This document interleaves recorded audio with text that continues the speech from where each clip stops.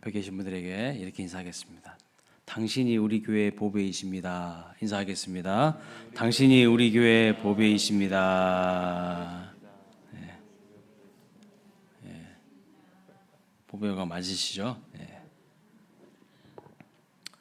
오늘 또 새벽기도 마치고 기거하실 때에 간식을 받아가시면 좋겠습니다. 오늘 또 무명으로 섬겨주셨습니다. 무명으로 섬기지만 또 하나님은 여러분을 이미 유명한 성도로 알고 계실 줄로 믿습니다. 그리고 주기도문으로 기도가 마치면요, 혹시라도 안수기도 받기를 원하시는 분들은 앞쪽으로 앉으시면 제가 안수기도 해드리겠습니다. 자, 오늘부터는 이제 디모데전서 말씀을 묵상하게 됩니다. 디모데전서는 여러분 잘 아시다시피 사도 바울이 제자인 또 영적인 아들인 디모데에게 쓴 편지입니다. 디모데에게 왜 편지를 썼을까요? 디모데전서를 기록한 목적은 사도 바울이 2년 동안 에베소에 머물면서 복음을 가르치고 또 성도들을 훈련을 시켰죠. 그런데 그 교회에 다른 복음, 거짓 복음을 들고 들어온 이단들, 거짓 교사들, 성경의 표현에 의하면 사나운 이리와 같은 존재들, 이런 자들이 들어와서 성도들과 교회를 어지럽힌다는 소식을 사도 바울이 듣게 되었습니다. 그래서 디모데에게 편지하면서 에베소에 머물면서 디모데에게 에베소에 머물면서 바른 복음을 가르치고, 다른 복음이 아니라 바른 복음을 가르치고 교회의 건강한 일꾼을 세우도록 권면하기 위해서 이 디모데 전서 말씀을 기록했습니다. 오늘 우리도 사도 바울의 제자이자 믿음 안에서 낳은 아들 디모데에게 바른 복음을 가르치고 또 사명을 잘 감당하도록 이렇게 사도 바울이 권면하고 격려하고 위로하고 편지한 것처럼 성도 서로가 바른 믿음에 굳게 서도록 서로를 위로하고 격려하고 권면하는 아름다운 공동체가 되기를 소망합니다. 자, 본문을 보시면요, 그 당시에도 오늘날처럼 거짓 사이비 이단들이 많이 있었어요. 엉뚱한 사상을 가르치는 그런 거짓된 자들이 교회 안에 들어와서 교회를 혼란하게 만들었던 것을 볼 수가 있습니다. 그래서 이단들은 3절 말씀 보면 다른 교훈을 가르쳤다 이렇게 말합니다. 다른 교훈, 복음이 아닌 다른 교훈을 가르쳤다는 거예요. 또 4절에 보시면 신화와 끝없는 족보에 집착했다. 그래서 헛된 논쟁을 일삼은 사람들, 헛된 논쟁, 말만 많이 하는 거예요. 논쟁해봤자 여러분 아무런 좋은 것이 없어요. 헛된 논쟁, 또 헛된 신화와 족보 논쟁은 그러면 여러분 무엇을 말할까요?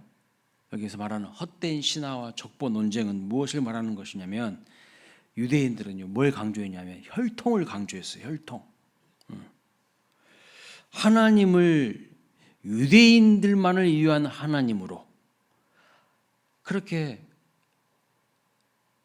하나님을 바라보는 관점이요 이상해. 하나님으로 하여금 자기들만의 하나님으로 이방인에게는 구원이 마치 없는 것처럼 그렇게 주장하는 거예요. 다시 말씀드리면 복음을 편협한 민족주의나 옹졸한 국수주의 같은 이념 아래 두려고 했다는 거예요. 이념 아래. 오늘날도 마찬가지 아닙니까? 교회 안에 정치적인 입장에 따라서 보수와 진보로 갈라져 있어요. 교회 안에도. 예수님을 답답하고 편협한 여러분 보수의 논리에 가둘 수 있겠습니까? 보수의 논리가 얼마나 편협하고요, 얼마나 답답한지 아십니까? 예수님을 좌편향된 진보의 논리 안에 가둘 수가 있겠습니까? 그런데 오늘날도 한국 교회 현실을 보면요, 이념 아래에다가 복음을 가두려고 해요. 복음 위에 이념이 있어요. 이것들이 다 교회 안에 들어온 거짓된 가르침들 아니겠습니까?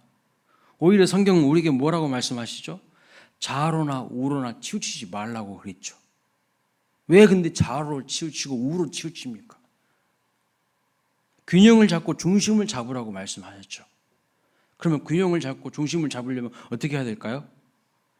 성경은 분명히 말씀하고 있습니다. 균형을 잡지 못하고 중심을 잡지 못하면 한쪽으로 치우쳐서요. 자빠진다는 거예요. 넘어진다는 거예요. 기울어지게 된다는 겁니다. 그러나 균형을 잡고 중심을 잡으려면 어떻게 하라고 말씀하시죠? 오직 여호와의 말씀을 주야로 묵상하며 그것을 다 지켜 행하라. 그리하면 내 길이 형통하리라. 이게 여호수아 1장 7절 말씀이에요. 절대 진리이신 하나님의 말씀으로 모든 것을 판단하고 또 기준을 세우고 순종하라는 겁니다. 그럼 순종하면 어떤 일이 일어납니까? 형통한다는 거예요. 형통한다는 거예요. 어디로 가든지 형통한다는 거예요. 그래서 자꾸 세상 사람들이 말하는 허탄한 신화, 또 끝없는 족보 이야기, 세상의 헛된 논리들, 이념들, 세상의 풍조들 따르지 말고 굳건한 복음 위에 세워지는 인생이 돼야 된다는 것을 말씀하고 있는 거예요. 자, 5절 보시면 사도 바울은 성도들이 따라가야 되는 그런 참된 교훈은 어떤 것이라고 말하고 있습니까? 청결한 마음, 선한 양심, 거짓 없는 믿음에서 나오는 사랑이라는 것입니다. 결국 이 세상의 이념이나 사상이나 풍조들이 가르치는 것들은 뭡니까? 그것들이 이야기하는 것들이 뭐예요? 헛된 말에 빠져 논쟁하는 거예요.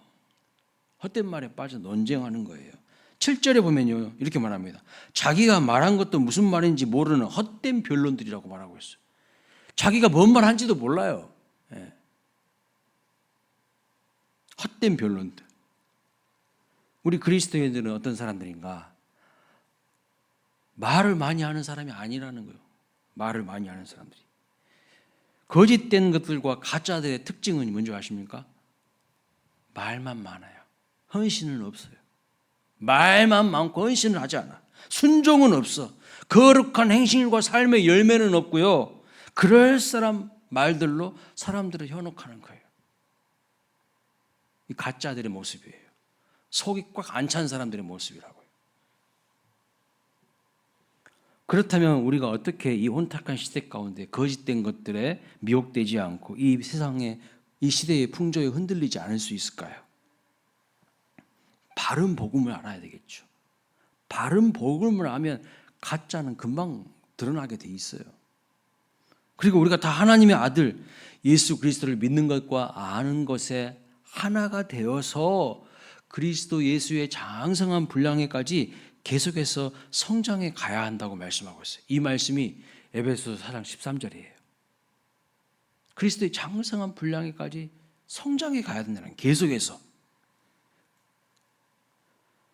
그런데 여러분 그 다음 구절에 이렇게 말씀하고 있어요. 그 다음 구절 14절 읽어봅니다. 시작. 이는 우리가 이제부터 어린아이가 되지 아니하여 사람의 속임수와 간사한 유혹에 빠져 온갖 교훈의 풍조에 밀려 요동하지 않게 하려 함이라. 아멘. 그렇습니다. 세상의 거짓된 가르침과 헛된 교훈과 풍조에 흔들리거나 요동하지 않기 위해서 어떻게 한다는 거예요? 하나님의 아들 예수 그리스도 그분을 아는 믿음 그리고 아는 것에 하나가 돼요. 온 성도가 하나가 되어서 계속해서 성장해 가야 한다는 거예요.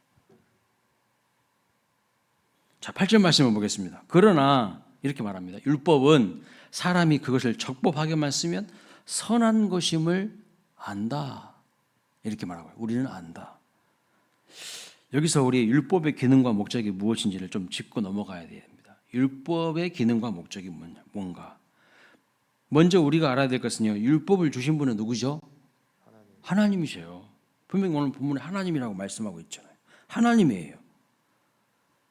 그래서 율법은요. 그 자체로 선한 것입니다. 우리를 위하여 주신 거예요. 율법이 그 목적대로 사용되면요. 율법은요 선한 것입니다. 선한 것이에요. 그렇다면 하나님이 우리에게 율법을 주신 이유가 뭘까요? 목적이 뭘까요? 9절에 보시면 이렇게 말합니다. 율법은 의로운 사람을 위하여 주신 것이 아니요 불법하고 불의한 자, 하나님을 대적한 자, 죄인을 위하여 주신 것이라고 말씀하고 있어요. 맞지요? 여러분, 우리는 다 죄인이에요. 성경에 의인은 없나니 하나도 없다고 했어요. 모든 사람은 다 죄인이에요. 우리는 본질상 진노의 자녀였습니다. 의인이 아니었고 우리는 죄인이었습니다. 이 죄인들이 자신의 죄인됨을 깨닫게 하기 위해서 하나님이 주신 게 뭐예요? 그걸 율법이에요. 그게 율법이에요. 율법의 기능과 목적은 우리로 하여금 우리가 율법 앞에 무능한 존재라는 것을, 죄인이라는 것을 깨닫게 하기 위하여서 율법을 주시고 세우신 것이라고 말씀하고 있어요. 그래서 로마서 3장 20절 말씀을 한번 보겠습니다. 읽어볼까요? 시작. 그러므로 율법의 행위로는 그의 앞에 의롭다 하심을 얻을 육체가 없나니 율법으로는 죄를 깨달음이니라. 그렇습니다. 율법의 기능은요, 우리로 하여금 죄 깨닫게 하는 거예요. 여러분 율법을 다 지키실 수 있겠습니까? 갈라디아서 말씀 보니까 율법 중에 하나라도 어기면 다 어긴 거래요. 다 어긴 거래요. 율법이 얼마나 많은데요. 그렇다면 율법을 통하여 내가 죄인이라는 사실을 알게 되므로 결국 그 사람을 정죄하려고 하는 것일까요? 그것이 율법을 주신 목적입니까? 아닙니다. 결국 내 힘으로, 내 노력으로, 내 열심만으로는 율법을 지켜서 구원받을 수 없는 존재임을 인정하고 예수 그리스도의 십자가 사랑과 은혜가 절대적으로 필요한 존재라는 것을 깨닫게 하기 위하여서 율법을 주신 것이라는 거예요. 아, 율법을 주신 것은 내가 죄인임을 알고 내 힘으로 구원에 이를 수 없고 예수 그리스도로 인하여서 내가 구원받는 그 역할을 하도록, 그 예수 그리스도께로 나를 이끌어가는 그 역할을 하기 위해서 율법을 주신 거예요. 그래서 과거 성경에는 몽학 선생이다 이렇게 번역을 했는데 최근 바뀐 성경 개역개정에는 초등교사라고 표현하고 있어요. 같이 읽어보겠습니다. 갈라디아서 3장 24절 시작. 이같이 율법이 우리를 그리스도께로 인도하는 초등교사가 되어 우리로 하여금 믿음으로 말미암아 의롭다 하심을 얻게 하려 함이라. 그렇습니다. 율법을 통해서 우리는 율법 앞에 무능한 죄인임을 깨닫고 오직 예수 그리스도를 믿음으로 말미암아 구원받게 하시기 위해서 율법을 주신 것이라고 분명히 말씀하고 있어요. 그러니까 율법이 이렇게 적법하게 쓰면 선하다는 거예요. 율법은요, 우리를 그리스도께 인도하는 선생님 같은 존재라는 것입니다. 그런데 당시 초대 교회 안에서 교묘히 들어와서 성도들을 혼란시켰던 거짓 가르침과 이단 사상이 뭐냐면요, 율법이 아니라 율법주의를 강조한 거예요. 율법주의. 율법과 율법주의는 달라요. 율법주의가 무엇이냐면 인간이 선행과 또는 행함으로 율법을 다 지켜서 구원에 이를 수 있다고, 구원받을 수 있다는 사상입니다. 이 율법주의의 문제가 뭡니까? 구원에 있어서 예수 그리스도의 십자가 필요 없다는 거예요. 예수님 필요 없다는 거예요. 예수 그리스도의 십자가 보혈 필요 없다는 거예요. 내가 내 스스로의 선행이나 공로로 구원에 이를 수 있다는 사상이에요. 인간이 대단한 존재예요. 인간이 자기 열심으로, 자기 노력으로, 자기 힘으로 구원까지 다 쟁취할 수 있다는 거예요. 구원의 주체가 자기 자신입니다. 그러니까 궁극적으로는 자기의 의로, 자기의 인간의 의로, 인간 스스로 구원을 획득한다는 그런 사상이 율법주의입니다. 그래서 초대 교회 안에 허탄한 신학, 족보, 율법주의 같은 이 거짓 가르침들이 교회 안에 들어와서요, 성도들을 미혹했어요. 이것을 주의하라는 것입니다. 자, 예수 그리스도를 믿는 성도에게 율법은 무엇일까요? 이제 예수 그리스도를 믿는 우리 성도들에게 율법은 무엇일까요? 그것은요, 하나님을 사랑하고 이웃을 사랑하는 중요한 지침이에요. 지침으로서 역할을 하게 됩니다. 그래서 예수님께서 이렇게 말씀합니다. 마태복음 22장 37절 40절 읽어봅니다. 시작. 예수께서 이르시되 내 마음을 다하고 목숨을 다하고 뜻을 다하여 주 너의 하나님을 사랑하라 하셨으니 이것이 크고 첫째 되는 계명이요 둘째도 그와 같으니 내 이웃을 내 자신같이 사랑하라 하셨으니 이 두 계명이 온 율법과 선지자의 강령이니라. 온 율법과 선지자의 강령 핵심이 뭐냐? 하나님 사랑이고 이웃 사랑이라는 거예요. 율법이 궁극적으로 가르치는 바가 사랑이라는 거예요. 그러니까 거짓 가르침, 이단들, 이 사람들은 허탈한 말로 말만 많이 한다는 거예요. 서로 분쟁하고 토론하고 논쟁하지만 사랑하는 모습은 없다는 거예요. 사랑은 실천하지 않는다는 거예요. 말만 많고 행동은 안 한다는 거예요. 예수님이 오늘 우리에게 말씀하시는 음성이 뭡니까? 허탄한 말장난 하지 말고, 특세한다고 하면, 새벽기도 한다고 하면요, 진짜는요 나와서 기도하는 사람이에요. 근데 가짜들은 아이고 뭔 새벽기도를 해, 뭔 새벽기도를 하냐고, 어? 새벽기도는 어디 성경에 새벽기도가 써 있냐고. 허탄한 말로 이상한 소리 하는 사람들이에요. 여러분, 허탄한 변론이나 이념에 빠져서 논쟁하지 마시고, 그럴 시간이 어디 있습니까? 복음은요 이미 명확해요. 근데 그럴 시간도 없어요. 사실 우리는 하나님의 사랑을 실천하는 겁니다. 하나님의 사랑을, 죽은 영혼 살리기 위해서 사랑을 실천하는 겁니다. 복음을 전하라는 거예요. 그런데 가짜들의 특징은 뭔지 아세요? 사랑을 실천하기는커녕, 복음을 전하기는커녕, 말씀에 순종하기는커녕 가만히 앉아서 말만 많이 말만, 허탄한 변론. 그게 잘못된 것이라는 것을 말씀하고 있어요. 오늘 또 교회 안에서 보면요, 한국 교회에도 보면은 직분을 가진 중직자들이 더 하나님 앞에 깨어서 기도하고 더 순종하고 더 믿음으로 살아가야 되는데 그런 모습은 없어요. 보면. 그리고 말을 많이 해. 이상한 교훈을 가지고 교회 안에 끌고 들어와서, 이상한 이념을 가지고 들어와서 교회를 혼탁하게 만들어요. 근데 복음은 뭡니까? 복음은요 청결한 양심, 선한 마음, 청결한 마음, 선한 양심, 그리고 거짓 모습 없는 믿음에서 나오는 사랑이라고 그랬어요. 사랑이 그냥 말로 되는 겁니까? 아니잖아요. 오늘 우리는요 위대한 사명에 부름받은 자로서 아름답게 쓰임 받으시기를 주님의 이름으로 축원합니다. 말만 하지 마세요. 뭐가 어떻다 저떻다 허탄한 논쟁과 변론, 이념, 사상에 빠져서 행함이 없는 변질된 믿음으로, 죽은 믿음으로 살아가지 마시고 바른 진리의 복음 위에 세워지는 인생이 되시기를 주님의 이름으로 축복합니다. 그 하나님의 은혜와 하나님의 사랑과 그 하나님의 놀라운 섭리를 깨달은 사람은요 삶이 달라지는 거예요. 삶이. 근데 거짓된 가르침 주는 이단들은 뭡니까? 삶이 하나도 달라지는 게 없어요. 하나도 달라지는 게 없다고요. 그리고 성도들을 이상한 방향으로 끌고 가는 거예요. 이것을 주의하라고, 이것을 경계하라고 이렇게 말씀하고 있어요.